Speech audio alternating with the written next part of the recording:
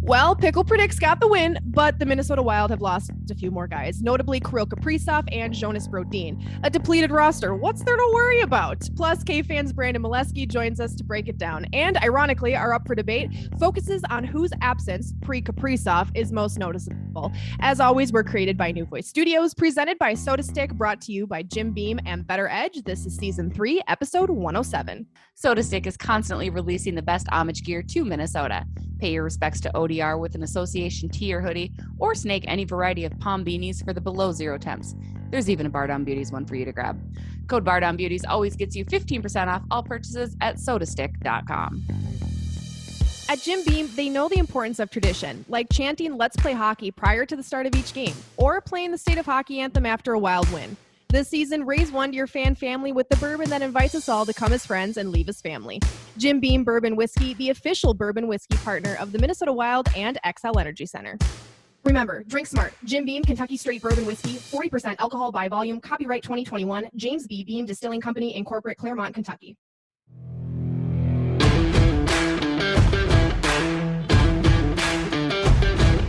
From New Voice Studios. Oh yeah, you betcha. Let's go to the boat. Discombobulate on the spot. Part of the Talk North Podcast Network. Fly out to Russia personally. Jesse Pierce. This is off the rails. We're only a couple Already. minutes in. Alexis Pearson. We're not going to throw batteries on the ice at, Kirill Kaprizov. We're not that crazy. Like, Bardown Beauties Podcast. Was it about guys getting hammered down low night after night? like everyone loves to crap on analytics, but the analytics do not lie here. We are firing Fred at the top of the hour. More hip. It's like tea. Tea. Starts now.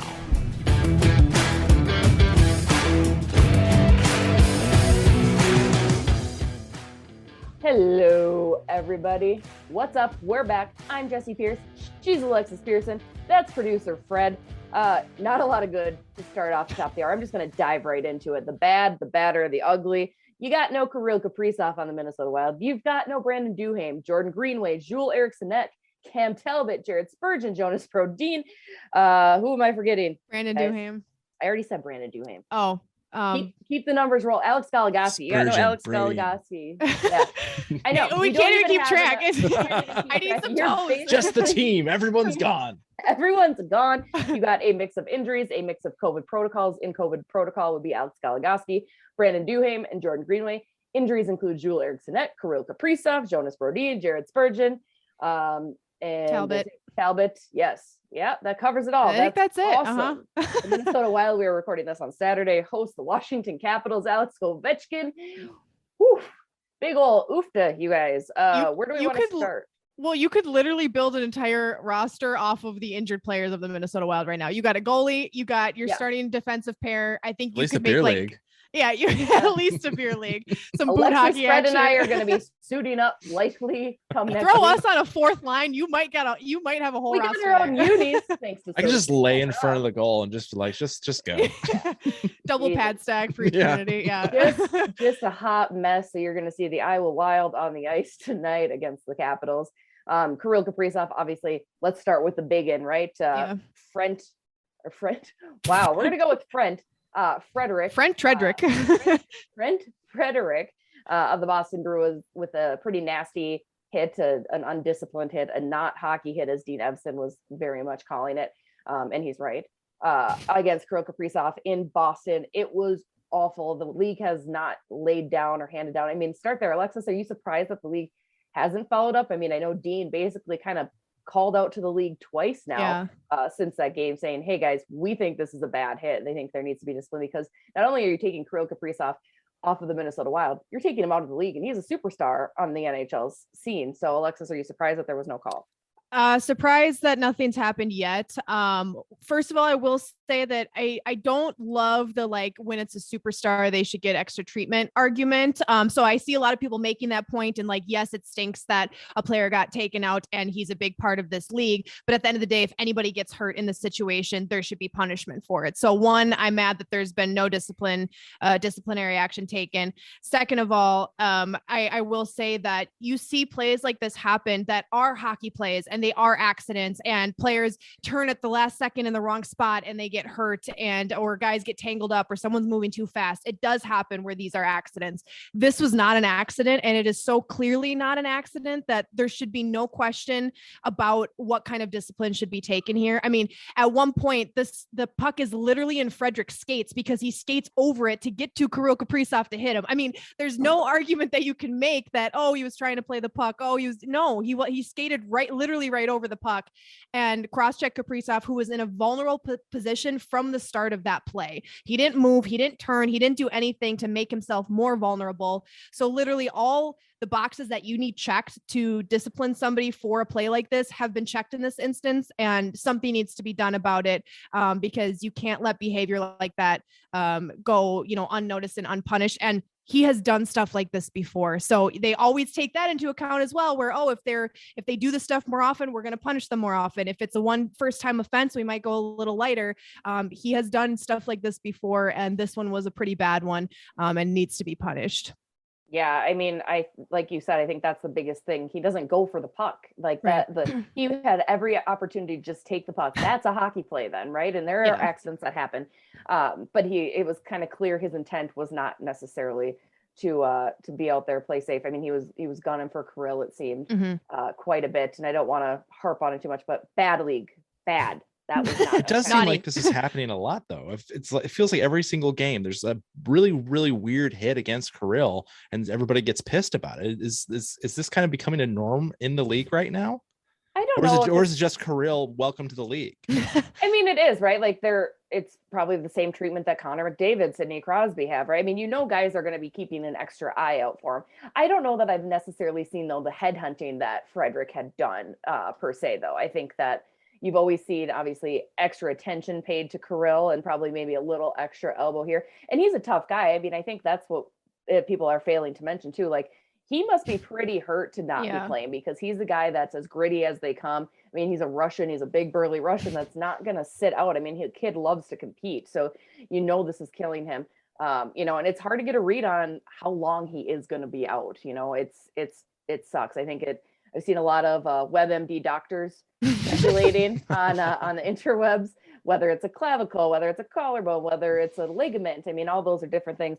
And of course, Dean Evson, he ain't giving us nothing. So, one guy we want to be a doctor refuses to be, and everybody we don't want opinions from has them. It's funny. He did apologize to the media this morning because he was like, I should have John Worley up here because I don't know. I have no idea of timeframes. Promising of timeframes, though. Joel Eriksson Ek is skating with the team. He will not play against the Capitals tonight, but hopeful. Minnesota does not have a game until Anaheim on Friday. So that's somewhat exciting news. I guess Jared Spurgeon has been skating on his own. Cam Talbot has not. So those are some names that you're hoping to get back sooner rather than later. We'll delve more into straight up Minnesota Wild talk with Brandon Mileski in our second segment. So we won't want to harp on that too much. I actually want to talk about a little Hockey Day Minnesota too, Alexis. Down in Mankato.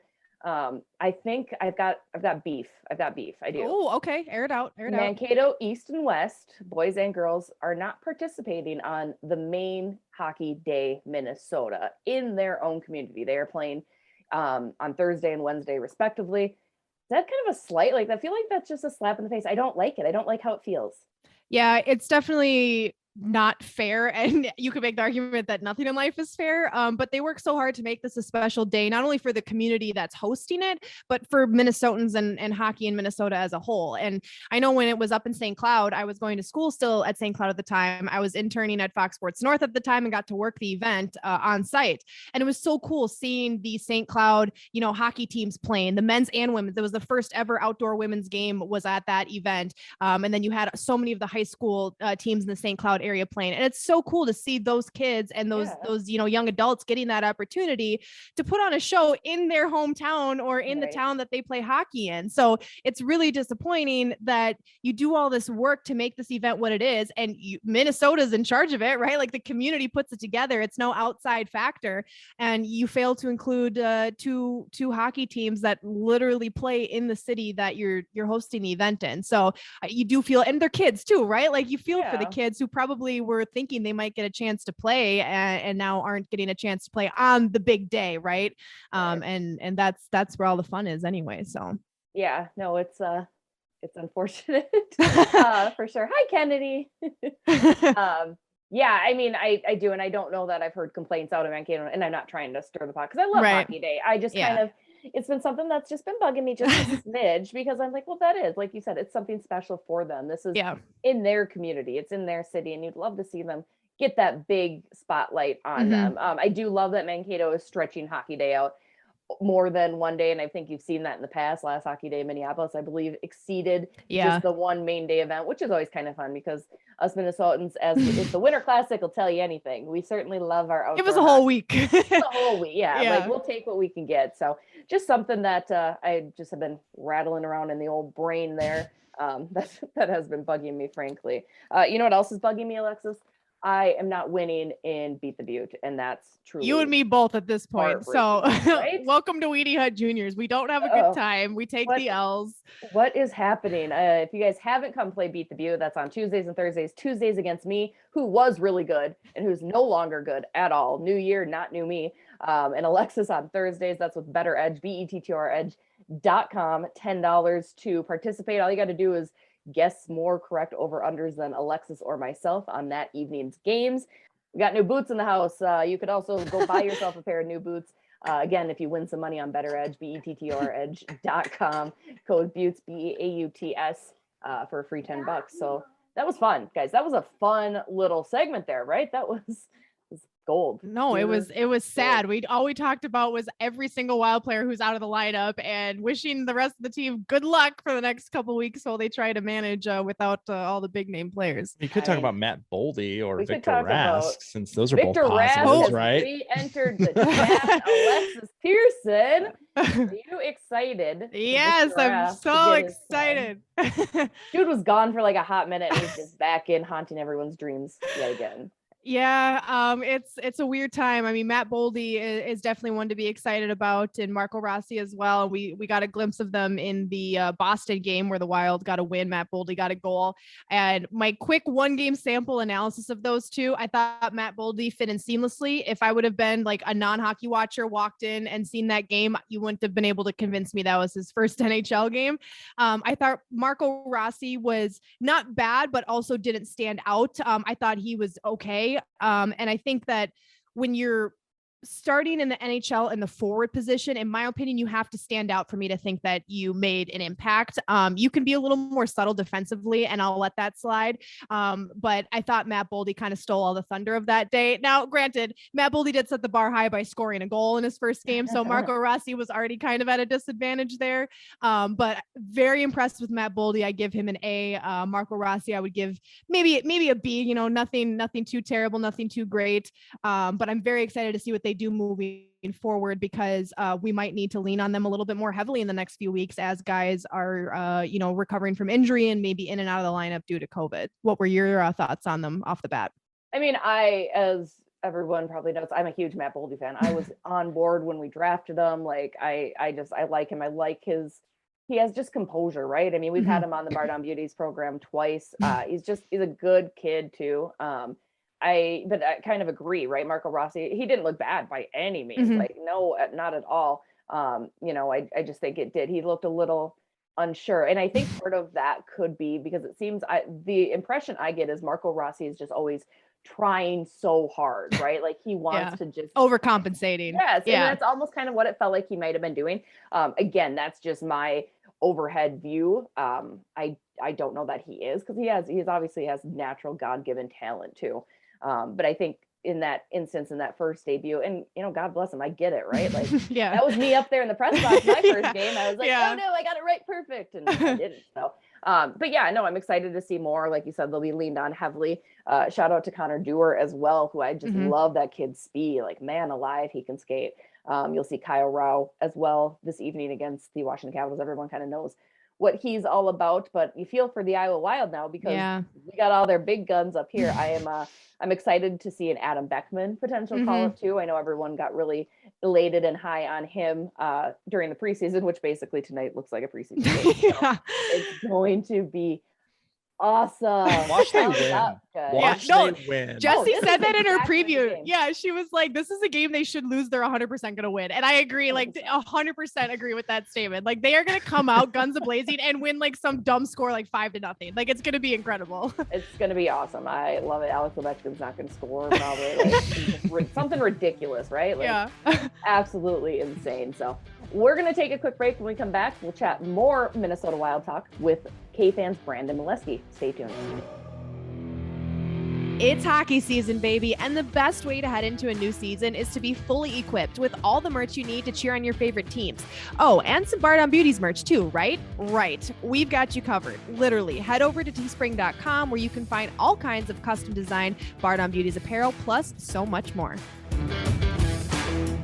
We're back. Joining us now, the Fits, Tennessee. By the way, Brandon, you're going to have to like explain to others what that is. Oh boy. I know. I'm excited. Are you excited? I'm excited. I'm so excited to be here. Brandon Mileski. I know you were so excited you couldn't text me back fast enough when I asked No. you. Well, I'm with you. I've got multiple kids, and I can't get back to text messages till like 3 hours later. and I have to check in with my scheduler before I can agree to that. You know, that's fair though. Like, kudos to your wife for joining us. Yes, Let's talk Minnesota Wild. Maybe. Do you guys want to do that a little bit? sure. I like Might talking as well. about the Wild. I want to hear, we got to get the explanation on the nickname from Brandon first, because I feel like so many people are like, how the hell where did this come from? So let's I mean, get you that probably out of the answered way. this question 100 times too, but Yeah, people Now, don't listen though. what nickname are you talking about? Because Jesse mentioned the Fits, but are you talking I about suppose Tennessee? both. I was talking about Tennessee, but I think Okay. both Tennessee. would deserve an explanation. So- Yeah. So there are two questions I get asked all the time from KFAN listeners. One is, common really like that in real life?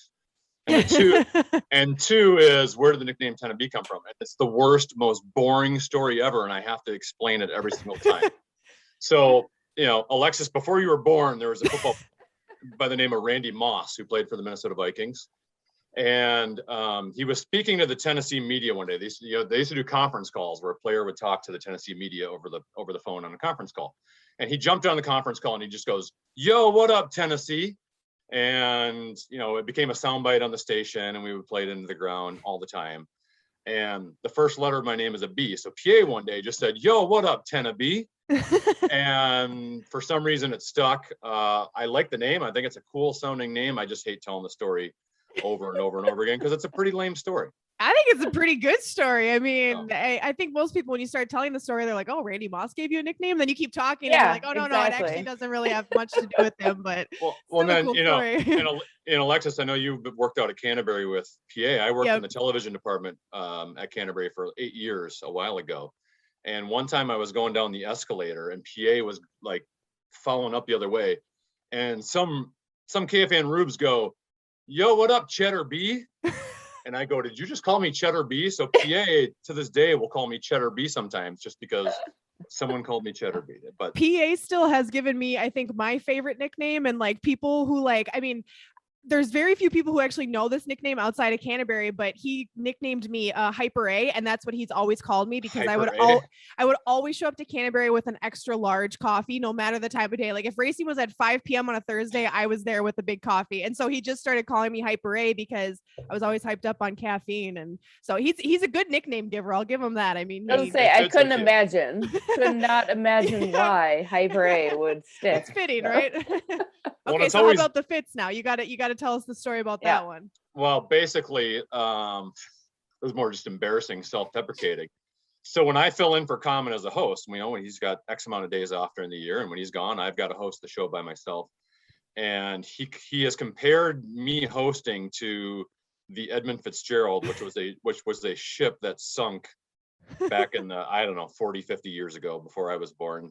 Where it was a ship in Lake Superior that sunk and people passed away, unfortunately, which we probably shouldn't be making fun of.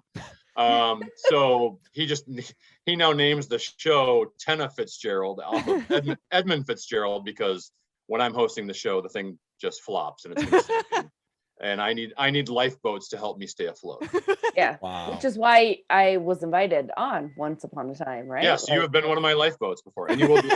Beautiful. Way to A go, beautiful Jesse. thing. Thank you. I try to help the people. let's talk Minnesota Wild. Let's start with the positives, if you will. Matthew Boldy, Marco Yes. Rossi, Brandon Mileski. I know you had thought that obviously they were going to be very impactful, as did all Minnesota Wild fans. Have they been so far? One game in, Matthew Boldy looks really good. Marco Rossi looks really good. Sounds like they're going to get extended time here too, with players kind of dropping like flies. Yeah, I was talking to Pat the other day on our podcast, Beyond the Pod, about how that's why I'm on here, to get my free plug.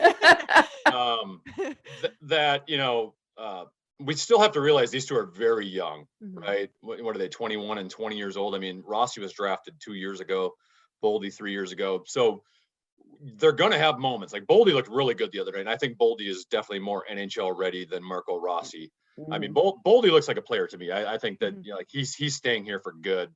I have a hard time believing like his play is going to dip that much where he's going to go back down. We do have to remember though, like even if you watch, you guys both saw the Winter Classic, like the Kyrou kid, he's 23 years old, and 2 years ago he was in the minors, and then last year he kind of got his first real taste of NHL hockey and played well, and now he's taken the next step up. And it takes till you're 23, 24 for most players before you figure it out. So there's a lot of high expectations for both of these players, and Boldy and Rossi, and I think we're going to get moments from them. But we do, I think, have to have a little bit of patience, and it's kind of hard to have patience because as Wild fans, we've been waiting so long to have good prospects, and we finally got it. It finally paid off with Kaprizov. We waited 20 years for Kaprizov, and we've waited to have players like Boldy and Rossi. And I just want people to exercise a little bit of patience here, that it's going to take some time. And Rossi's going to, you want him to be a first line center someday, and he's not going to be a first line center immediately. He might not be a first line center for 2 years, but by the time he hits 23, 24, I really like his game. And, I thought Boldy looked so good. What impressed me with both of them is they looked poised for two players playing in their first ever NHL game. They look composed. They look poised. You can tell when a player has the puck on his stick, whether the wheels are spinning in the head and whether they're thinking too quickly and the game's a little faster than what they're accustomed to. But, Boldy already physically is mature. He's got the size. He's got the strength. He has the hands. He's a good passer for a guy his size. That guy's a player. I don't know what his ceiling is. And Marco Rossi's going to take a little bit more time, but I think Rossi's going to be a player too. He's so smart. And at least as much as it stinks that they have so many injuries and COVID related stuff going on right now, it might be a little bit of a blessing in disguise, whereas these two kids are going to get a full extended look now. It's not going to be hey, come up for 3 games. And if you're struggle, we're going to send you back down and maybe bring you back up eventually. Like, you're going to play and you're going to be allowed to make mistakes without feeling like you're going to get sent down. And by the time we get to April and May, maybe that's a good thing for this team if they can survive here, if they can stay in the playoff chase. That hey, we'll have these guys really well seasoned going into the playoffs, and we'll know what we have. And now we have a very well-rounded team by the time we get to May. So aggressive, the playoff chase. Like, wow. Yeah, I was going to say, you tweeted, I think it was yesterday, that something to the effect of, the Wild were at the top of the league and they could end up barely making the playoffs and you would still be elated, was the word that you used. And you talked about surviving and all of this. And the Wild obviously are coming off a 5-game losing streak. They get a win in Boston, part to a Matthew Boldy goal. We're recording this ahead of the Capitals game on Saturday night. But what were your feelings through that losing streak? It seemed like Wild fans went through every emotion in the book, from, I'm devastated, this team isn't going to make the playoffs, to everything is fine, don't worry about it. Where did you fall kind of in that, in that ranking during that losing streak? And even now, they only picked up 1 win here. Who knows what the next few games will look like, but where are you sitting here? Well, first off, regarding the tweet, my point was, like, a month ago, if you would have told me, hey, the Wild are going to struggle to make the playoffs, I would have been right. You'd be depressed. You'd be deflated. Be like, well, and now we're at the stage where Kaprizov is hurt. Your 2 best defensemen are hurt with major injuries. Your best center is hurt with a major injury. You don't have a goalie. You don't have a starting goalie. And then wait. Let's just hold that. You don't have a goalie, right? We don't have we'll get to that. We'll get to that in a second. But then you got, Greenway and Duhaime and Bukes. I mean, the lineup you're going to see in Washington tonight would have looked like a preseason game lineup, right? That's what you see in the preseason, where it's mostly Iowa Wild guys, and you've got maybe a line and a half of NHL players, and that's what they're playing with tonight. So we're at the stage now where they've dropped a little bit, and to me, if you just make the playoffs, but you're healthy come playoff time, I still think this team has a chance. It can be one of the top teams in the Western Conference. Obviously, you're always going to have to go through Colorado in your own division, which is going to be pesky and probably end up having to face Vegas at some point. So it's still going to be dicey once you get there. But now my mindset has completely changed of just get in the playoffs and be healthy when you get but to your question about the losing streak, I've kind of learned over the years, as being a Wild fan, that I try not to get too excited about short stretches of quality play, and I try not to get too down about short stretches of bad play, because it's come back to burn me so many times as a Wild fan. And when the Wild started off hot, I tried to hold off for a long time of getting too excited about them. And then through the losing streak, my concern with the losing streak is you get to the point where just the injuries. I'm more concerned about the health of the team than I am. I think once they're fully healthy, do I still think there may be a player away? Yes.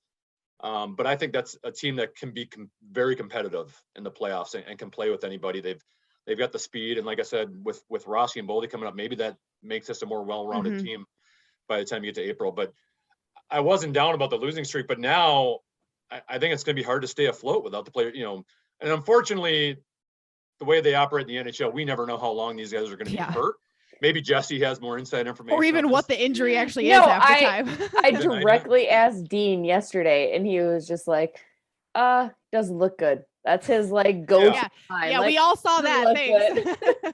but even to your point, Alexis, my point during the losing streak, when you started to have some injuries, when Spurgeon was going out and Drew Erickson was going out, my comment at the time was, this is we finally have a team where you can survive some injuries.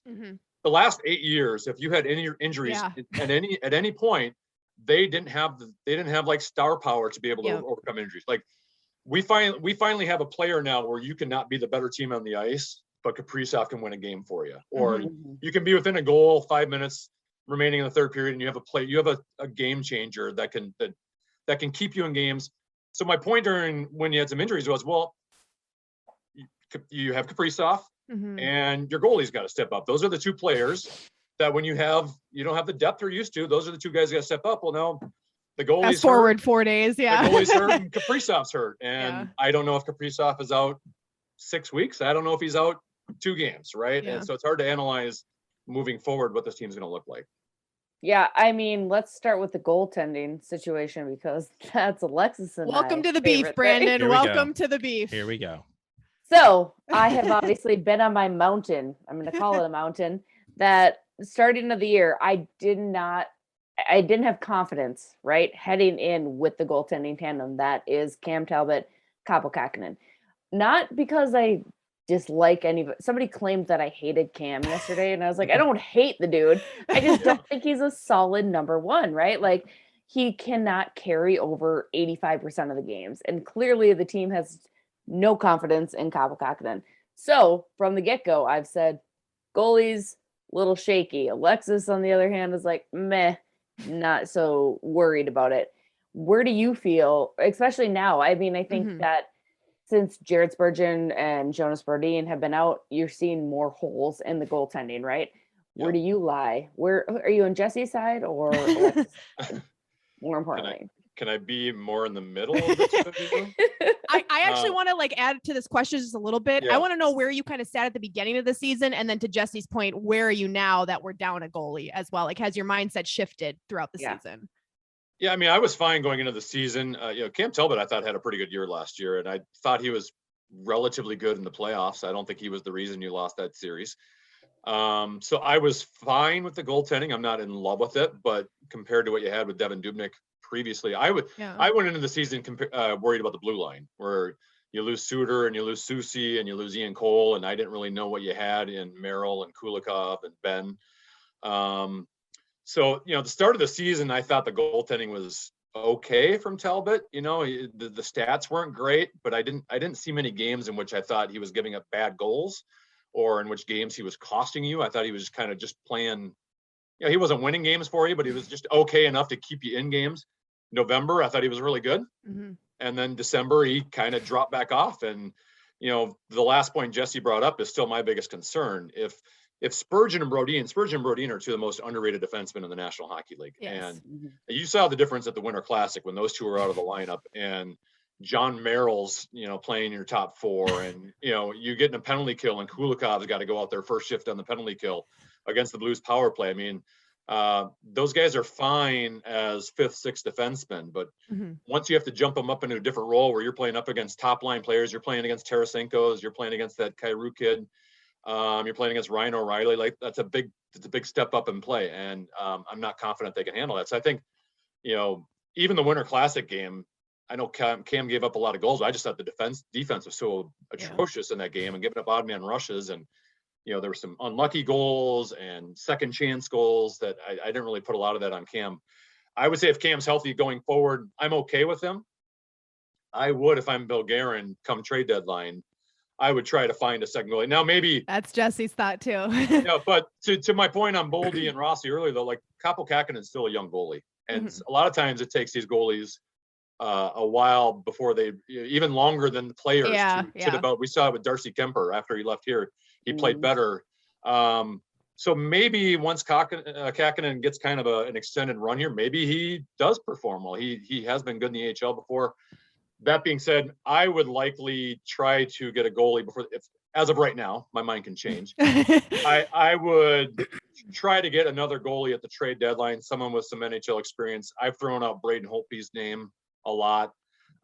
He's playing very well for Dallas right now, even though the team isn't playing well. That's what you got to look at. You got to look at teams that aren't going to be in the playoffs with a goalie playing well, which is usually hard to find. Usually teams with good goaltending are in the playoff mix, but right now that's not the case. And then in Holtby's case, he's a free agent, and Dallas has their goalie of the future and our Lakeville kid Ottinger. So to me, it kind of all aligns towards Braden Holtby. It's just 1 year, $2 million. You got to pay a prorated portion of that. You can fit him under the salary cap. He's won a cup before. He's played well in the playoffs before. So one, if Talbot's hurt, which he is, you've got another goalie you're confident in. Or even two, if just Talbot's not playing well or has a bad game or two, you've got a goalie that might take over as 1A. And I don't know if Kähkönen can take over as 1A. I mean, nailed it. That's everything that rumbles in my little head. Like in starting of the season, I was like, I just don't have the confidence that Talbot can do it. And clearly the team doesn't have the confidence in Kähkönen either, right? Like that's why they were saying, Cam Talbot, you're going to take 85% of the starts. So super frustrating. Like it's just kind of been a little thing. Alexis, counter. Please. Yeah. So I was in the same boat as you, Brandon, at the beginning of the season, where, I didn't think goaltending was going to be a concern. I agreed that I didn't think Talbot could necessarily take as many games as he did. And obviously we had a shortened season in that previous season. You were mentioning that he had a good season in, and I agreed in that sense. And I'm like, God, I don't know if he can do 80% of the games anymore. Like that's probably not feasible at his age. But if we can get Kähkönen some reps, I think Talbot is a good goaltender and can get us some wins. And as the injury happened and now we're seeing what's going on now, it's like I don't think Kähkönen is a 1A goaltender, and I really like Kähkönen. I think he's played some good games for us. He's also played some bad games for us, and I like him, but I don't think he's capable of being a starting goaltender. And you actually mentioned a point, Brandon, that I've kind of gone back to several times in this argument, is that I don't think that you can put a lot of really any of the losses other than that Dallas Stars game before Christmas on Cam Talbot. In my opinion, that was the only game that he lost the Minnesota Wild, and it was very Devin Dubnyk in his last year with the Minnesota Wild-esque. Like that's the kind of vibe I was getting, where I'm like, okay, that's when people say the goaltending is bad. I'm like, but we haven't seen that all season. That we used to see that every other game in Dubnyk's last season with us. And so that's where I'm like, I'm comfortable with the goaltending. I think he's done a good job. And we'll see what happens with the injury and if and when he's able to return and what Kähkönen does in the meantime. But I'm not concerned like Jesse is. Jesse? I don't know. Can I throw something out there? We got to raise hands now. I'm just saying. Well, for me, I have to raise hands every single freaking day. Yeah. We usually just mute him. So Alexis, is the goaltending good enough for the playoffs? Yes, I think to me, that's like the number one thing. It's like, it has to always be, is it good enough for the playoffs? And to me, nowhere near. I think so, because to Brandon's point, I thought Talbot played well in the playoffs last year, and I don't think you could blame any Not of the losses. well. You have to be great to get through the playoffs. Like well and fine. Those are your favorite words to throw out there. No, I disagree. It's gotta be amazing. I think a great Red's goaltender coming in hot. Well, I disagree. I think a great goaltender can pull an average team through the playoffs, and you do, like Jake Allen, right? We always go back to that one. Like Jake Allen was the superstar of that team in that playoff series. So I do agree in the sense that yes, a great goaltender makes a big difference. But I have complete faith that Cam Talbot could win the Minnesota Wild playoff series, and even I could see him being a Stanley Cup winning goaltender, especially with a healthy Minnesota Wild roster. Back to Brandon's point earlier on, it comes down to the overall health of the team. So yes, I think that Cam Talbot could be a Stanley Cup winning goaltender. I see nothing wrong with that, and I understand if people disagree with that, but that's my take on it. Healthy team, healthy Cam, sure, Stanley Cup. Well, to Alexis's point, I'll somewhat agree with Alexis here, because yes, I think it's possible Cam Talbot can play well enough to get you through playoff series. Have we seen enough to be convinced of it, or to be convinced that he's a dominating goalie? No, but if they went on a run in the Western Conference to get to the Western Conference Finals and Cam Talbot's playing great, that wouldn't surprise me. Mm-hmm. I think it's possibly in him. The problem is we've only seen a year and change of him, right? In a Minnesota Wild uniform, and right now, I just think there's so many other concerns than the goaltending at this moment, with just the injuries. I don't care. I don't care if you have Marchand, Brodeur in your prime. If you don't have Brodin and Spurgeon on the ice, I think they're going to be in trouble. And maybe having Talbot out and having all the injuries, it's a 1-game sample size in Boston, but to me, they changed the way they were structured in that game, and they realized, hey, we're not going to have goaltending that's going to just carry us through these stretches with these injuries, and we got to play a little bit differently. And they didn't give up odd man rushes against Boston. They didn't take any stupid penalties against the Bruins, where you were playing penalty kill after penalty kill. They played a pretty smart, disciplined game. I just thought their structure was so much better, and maybe the light kind of clicked with them, like, hey, this is the way we have to play for now until we get all our players back. So I think they're going to kind of probably play smarter defensively in front of Kakkonen, and probably play a little bit more conservatively than they have throughout the rest of the season, knowing that's the way they have to survive given their current state of their lineup. Well, because you don't trust the goaltending. Like, that's ultimately how it. Well, they also don't trust their defensemen, and they don't trust their ability to score goals because they have so many goals out of the lineup. So you have to change the way you play a little bit. I do one more thing to say, and I would love your opinion on this too, Brandon, in regards to playoff goaltending, is that I think a lot of times when you talk about goaltending in the playoffs, you talk about a goaltender's ability to be able to go lights out in the playoffs. And you'll see goaltenders kick it into high gear in playoff time to be able to do that. And maybe their stats in the regular season don't necessarily align with what we see out of them in the playoffs. So I think you have to more so talk about, is a goalie capable of getting to that level? Not necessarily, is he playing like that every single night, but can he do that in the playoffs? Does he have that in him? And do you think Cam has that in him to go lights out in the playoffs? I mean, Alexis, out of any aspect of hockey, my biggest weakness is like evaluating goaltending. Right? Like I coached hockey for 14 years, and I would leave the goalies alone. I'm like, all right, goaltending coach, I'm not talking to them. I don't know how to teach how a goalie can play goalie. So, but I think the point here, Alexis, is if you had to have superstar goaltending every year, you would see superstar goaltenders winning the cup every year. And that doesn't happen. It happened last year. Last year, basically like the 4 best goalies in the league were in the Final Four, right? Yeah. But over the last 10, 15 years, that's kind of been the exception more to the rule, right? I think Corey Crawford won cups with the Chicago Blackhawks. We had Dwayne Rollison took the Edmonton Oilers to a Stanley Cup one year. Yeah. Like, goaltenders are weird, and all of a sudden, like, Jake Allen has taken the Blues to the Stanley Cup. Like, it's a hard position to analyze. There's a lot of confidence. There's a lot of structure that goes around in front of you, and having trust in the players in front of you, and they got to have trust in you. Goaltending is just a weird position, and you see it all the time where there's a goalie you never thought would emerge in the playoffs that takes off in the playoffs. So am I 100% convinced that Cam Talbot is the answer to our goaltending problems? No, hence I would still try to get him support in case he's not, and come up with a 1B to go with him. but I wouldn't rule him out. I thought he played fine against Vegas last year. They went to 7 games, and their issue was Fiala and Kaprizov not being able to score. Not scoring, more so, and Cam had games where he gave up tons of goals to Vegas in that series, but for the most part, I thought he gave them a chance to win in most games they were in. But that's the problem. Fine.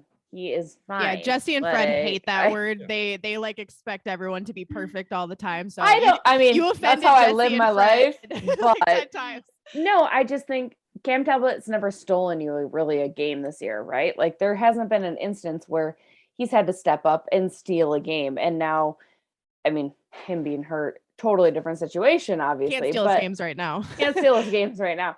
But like you look at the Dallas game, right? That was a game that he needed to shine, and he is part of the large reason that they lost that game so atrociously. For most of the season, he hasn't had to steal games because he's been on a team that's been really good, and they've been winning a lot of games, and they've been in the lead, and they're scoring. They went through a stretch where they were scoring 4 or 5 goals every single night. So he really hasn't been, for the most part, until recently. Then you need to stop. You need to stop the puck. Then when it comes, like he still is letting in kind of soft goals. He's very Devin Dubnyk. Yeah, right. Like he reminds me of Devin. That's all. I'm not ready to put him on Dubnyk's level, but he can play better. I mean, that was kind of savage. The Dallas game referenced, he did not play well in that game. I still look at the Winter Classic St. Louis game as just complete meltdown in front of him. But I'm always a defensive guy. I grew up playing defense. I coach defense. That's what I look at. I look at the structure in front of you. And if you're breaking down, giving up odd man rushes. But to your point, Jess, one of my favorite goalie cliches I heard playing hockey when I was a kid was a goalie should stop 100% of the saves, or they should save 100% of the shots they're supposed to save, and 50% of the saves they're not supposed to save. Right. That's good. Yeah. And I think for the most part, he stopped the 100% that he's supposed to this year. But to move up to that next level, being a goalie, you got to be able to stop 50% you're not supposed to. Yeah, that's a good saying. I agree with that. Reading between the lines, you're on my side, so I appreciate that. Yeah, whatever. What's the next question? I'm in between. Let's move on. Next question then would be, how do you compensate for a Kirill Kaprizov now out of the lineup for foreseeably a longer term injury, right? Like Dean Evson obviously loves his quote, doesn't look good, but it doesn't look good for Kirill Kaprizov. How do you really compensate for a player like of that magnitude with the Minnesota Wild? You can't. They're not going to win at the rate they were winning before. He's their best player. I know people throw Jonas Brodin out there, but and he's deserving of the kudos. But Kirill Kaprizov's the one guy the opposing team is trying to figure out a way to shut him down. And when you don't have that top line, you don't have that power play. I mean, how many times has this team been coming back 6-on-5 in the last couple of minutes? Like he's a big part of that. You can't. The guy basically is on a scoring over a point a game, and you're not going to be able to recover from that. So to my point from the Boston game, you have to play a different style of hockey. You're not going to be winning 5-4 games like you were before. You have to be comfortable winning with 2 goals, maybe getting to 3 goals. And that means you need to play a much more solid, structured defensive game. You got to get good goaltending. Who knows? You guys can debate that all day long. But the problem is if Brodin and Spurgeon are out, I don't know how you're going to survive there. So I guess maybe Boley is ready right now. And maybe Rossi figures it out. And maybe these two can carry the torch and help you survive until Kaprizov's back. And let's face it, Kevin Fiala is now your star in terms of being able to put the puck in the net. And he's had lots of chances this year, but is not finishing on those. He's hitting a lot of posts. And we saw it a couple of years ago before they had Kaprizov, where literally Kevin Fiala carried this team on his back for a 2-month stretch. And this might have to be the time where, guess what, Fiala, you're going to be the guy on the power play now. You're going to get all the big minutes. You're going to be the guy a couple minutes left in the game that's got to try to tie the game up. It's time for Kevin Fiala to play like we saw a couple years ago, and he has that potential in him. We just need to see it. Well, do you think that the contract weighs on his mind at all then, too? Like to Kevin Fiala's point, right? He's like, we didn't extend him. We extended literally every other forward on the team, not Kevin Fiala. Do you think, and I know you've talked to him before, like I always get this impression that Kevin Fiala has a very big like mental component to him that limits him from exceeding. Yeah. He's streaky. he's streaky. He's someone who he needs to see the puck go in the net, and then he can score in bunches, which is what you're going to need. Yeah, I never know how to answer the contract question, Jesse, because I hate to break it to you, I've never played hockey for millions of dollars. And I always find that part amusing because it's like, all right, well, you're making multiple $1 million. You never have to work a day for the rest of your life.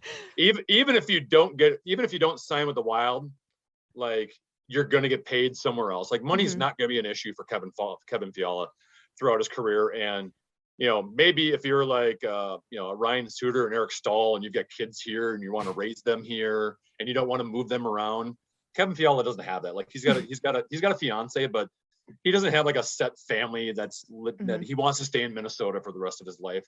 Like, so maybe the contract thing annoyed him early on. I think it's just a matter of he needs to see the puck go in the net and it hasn't gone in at the rate he has. And then you start thinking too much in your brain. I think Kirill Kaprizov went through this at the beginning of the season where he did sign the big contract and he struggled to score the first 10 games of the year.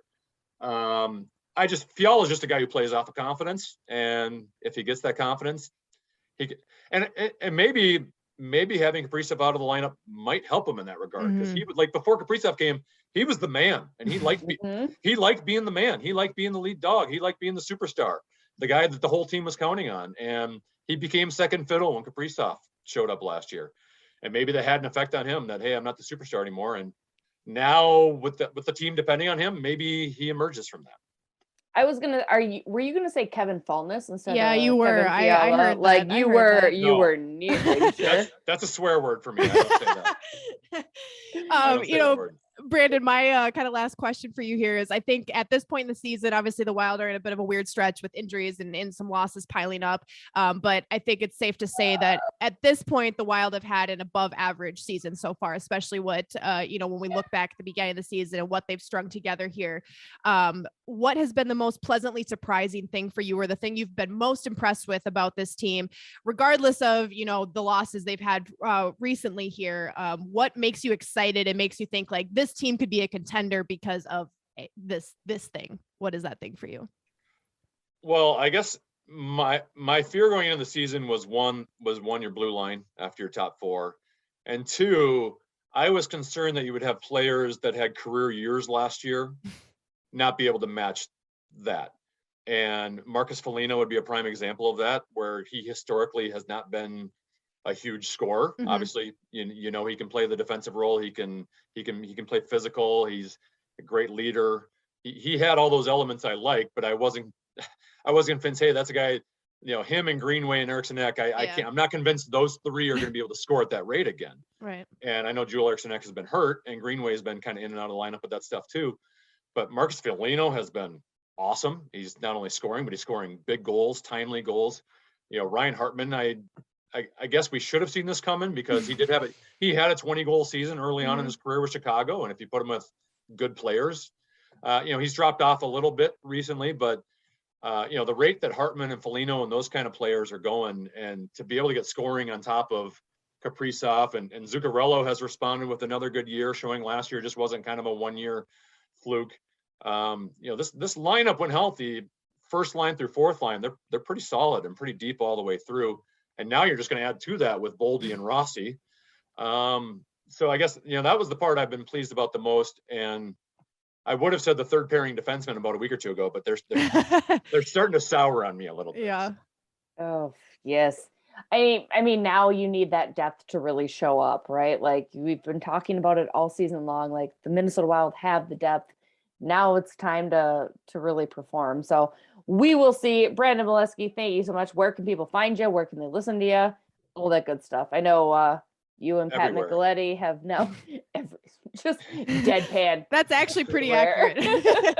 Weekdays noon to 3 on the Fan. Pat Micheletti and I host a podcast called Beyond the Pod, which you can find on the iHeartRadio app or wherever you get your podcasts. You can also watch it on the KFAN YouTube channel. And then Pat and I do Wild Fan Line after 30-ish regular season games, and then hopefully every postseason game that is not at a 9 or 9:30 start. There you go. Love it. I know Micheletti keeps telling me, call in and give your takes, because he disagrees with me on pretty much everything. So he disagrees with everyone on everything. Right? I don't know if you know this, but he knows more hockey than anybody. Anybody. Just ask him. Allegedly. Just ask him. All right. Brandon, thank you so much for joining us. We're going to take a quick break. We'll be right back. Hey guys, this is producer Fred. I just wanted to ask everyone to go out there and spread the word about Bardown Beauties. Leave us a like, share, thumbs up, review, you name it, we want to hear from you. Find us on YouTube, Instagram, Facebook, Twitter, and of course, your favorite podcast app. Shout out to Moleski for joining us. Always some great insight, mostly when I know he wanted to say it and he just that he agrees with me in the goaltending. So You wanted to bully him into it and he wouldn't give it. Yeah. He wouldn't give it. I do that to everybody. Like, we should all be on Jesse's side. Finally see the light. Just come to the good side. It's accurate. Capo Kakinen's going to get traded. I'm banking on it. Write it down. I'm cutting this and saving this for later. Do it. Top of the Central Division over there. Anyway, let's dive into our up for debate. Alexis, this is a very negative episode. I didn't mean to put salt in the wound. It just seemed important, and it's now become increasingly relevant since I tweeted it out last Wednesday. So I believe when you tweeted it out, right, Jonas Brodin had returned. Yes. Or not quite yet, or he was expected to return, right? I think he was expected to return. Yep. And that was from COVID, mind you. That was he was going to return. And now he's hurt, as we mentioned, Correct. along with Joel Eriksson, Jared Spurgeon again. Joel Eriksson skating with the team, so potential for him to return. Jared Spurgeon skating on his own, so potential for him to return soon. Broads doesn't sound good. That's all it is. That's Dean's favorite line. Doesn't look good, right? Like, well, no, Dean, it doesn't. So, but yeah, your question was, which of those three is their absence most noticeable in? Alexis, what was your first thought? I think you definitely, in my opinion, have to lean towards a defenseman, just seeing the way the Wild have played through these injuries and kind of the way the pace of the game and the way these games have gone, and the defensive holes and the things that the defensive holes have caused in the game is the most noticeable and the most detrimental, in my opinion, to the stretch of hockey the Wild have been playing through injuries and COVID related stuff. Now, narrowing it down between Jared Spurgeon and Jonas Brodin is a tougher question. And Fred brought up the point a few episodes back about the fact that the Wild were winning games without Jared Spurgeon. Now, that's not to say that he's, not important to the team. He's obviously very important, but they were finding ways to do it without him. It seemed the minute Jonas Brodin was out of the lineup, those holes were exposed. And I think the reason for that is just like doubling down on losing two of your best defensemen. That's hard to recover from. I think if like just Brodin would have been out and Spurgeon would have been in, it would have been not as noticeable. But the minute both of them went down, it was a big deal. I'm going to go with Brodin. My reasoning for it is because Brodin is such a mobile defenseman, one of the most underrated skaters, period, in the NHL. And I think you could see in the defensive lapses that the Wild have had, getting control of the puck has been one issue, and breakouts have been another issue. And that's where Brodin is so good at what he does. He's so calm, cool, and collected back there. And his breakouts are just, he's so smooth with it that he makes it look so much easier than what it probably is. So as much as I think Jared Spurgeon is a critical part to this team, he's wearing the C on his chest, for God's sake. But in my opinion, losing a guy like Brodin has some irreversible effects on a roster. And that's why that's the one I got to go with. What about you, Jesse? Definitely Broads. And I think, Alexis, you failed to mention why you would notice a defenseman more. It's because of here we go. Holes in the goaltending when you're missing solid Here we defenseman go. back there. So I'm just gonna throw that out there. That little nugget. No, I think definitely I would go Brodin. Certainly you do miss your captain. You miss Jared Spurgeon. You miss his calm, cool collectiveness. Jared Spurgeon, I think Moleski said it, and Brodin are two of the most underrated defensemen in the league without question. And we're not just saying that as Minnesota people. I think it's genuinely true. And I would lean slightly more toward Brodin. For the sake of conversation, I'll also say a Joel Eriksson. I think a guy like Joel Eriksson really would have thrived against Boston. A very gritty game. You want a guy that can get in under a player's skin, and Joel Eriksson is so good at that.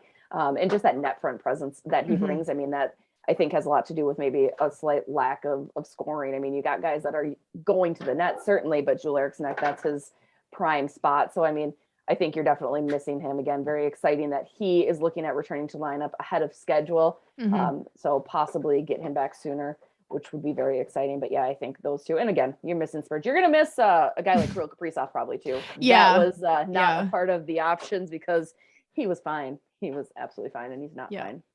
At the time, that was literally like the only three that were injured. And then it was like Talbot went down, Kaprizov went down, Bukestad went down. I'm like, well, this argument isn't even fun anymore. I don't like it. Not great. Yeah, I got little fiddle playing. I don't even know. Small violin world. Yeah. It's sad. It's a bummer.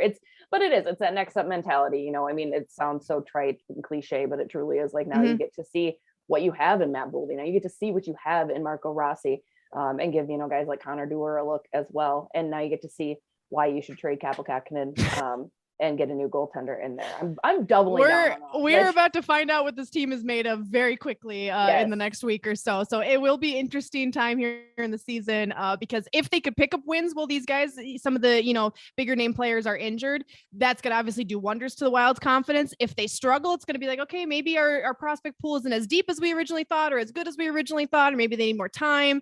So it's going to be Wild Twitter. I'm already bracing for what Wild Twitter is going to be like for the next week and a half, 2 weeks, because I know it's just going to be a shitstorm and it's going to be stressful. So brace yourselves, everybody. Brace yourselves, buckle up. Let's go though. I mean, again, every team's going to have to go through it. It'll be fine. We can breathe, just cry silently in the corner if you need to.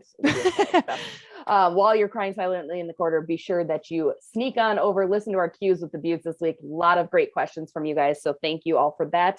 Also maybe try to, soften your tears with, a bet on BettorEdge, BettorEdge.com, code BEAUTS, BEAUTS, free $10. Maybe go buy yourself a SotaStick t-shirt, join the Marcus Foligno fan club, what have you. You could use code Bardown Beauties, Bardown Beauties, right, Alexis? Yeah. We should really get the same code across the board so that this is a lot easier for us to remember. Yes. So use that for 15% off shipping on all purchases. Shout out to Talk North. We love you. Thank you for featuring us on our lovely network. And shout out to Jim Beam. Shout out to getting a door. If anybody wants to sponsor us to put a door on my Menards, office. where you at? Yeah, right. To eliminate children who love to just steal the show, steal my thunder. So that's going to do it for this week. Love you all. Don't forget to like, share, rate, all that good stuff. You guys are awesome.